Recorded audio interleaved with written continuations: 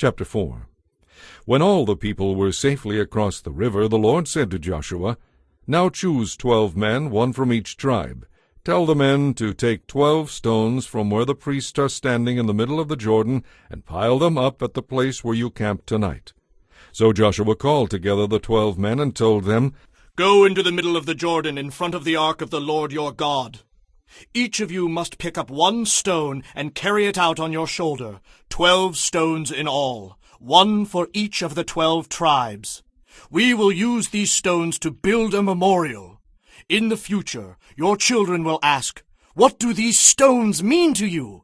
Then you can tell them, 'They remind us that the Jordan River stopped flowing when the Ark of the Lord's covenant went across.' These stones will stand as a permanent memorial among the people of Israel." So the men did as Joshua told them. They took 12 stones from the middle of the Jordan River, 1 for each tribe, just as the Lord had commanded Joshua. They carried them to the place where they camped for the night and constructed the memorial there.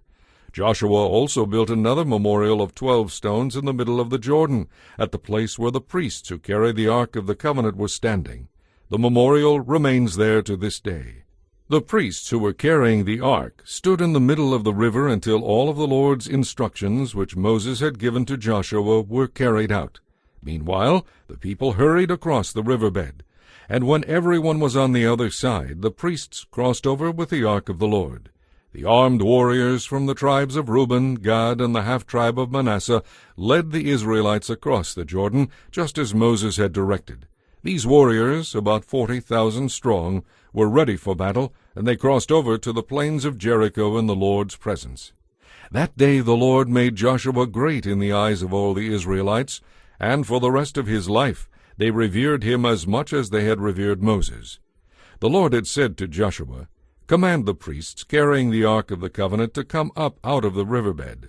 So Joshua gave the command, and as soon as the priests carrying the Ark of the Lord's covenant came up out of the riverbed, the Jordan River flooded its banks as before. The people crossed the Jordan on the 10th day of the first month, the month that marked their exodus from Egypt. They camped at Gilgal, east of Jericho. It was there at Gilgal that Joshua piled up the 12 stones taken from the Jordan River. Then Joshua said to the Israelites, "In the future, your children will ask, 'What do these stones mean?' Then you can tell them, 'This is where the Israelites crossed the Jordan on dry ground. For the Lord your God dried up the river right before your eyes, and he kept it dry until you were all across, just as he did at the Red Sea when he dried it up until we had all crossed over. He did this so that all the nations of the earth might know the power of the Lord, and that you might fear the Lord your God forever.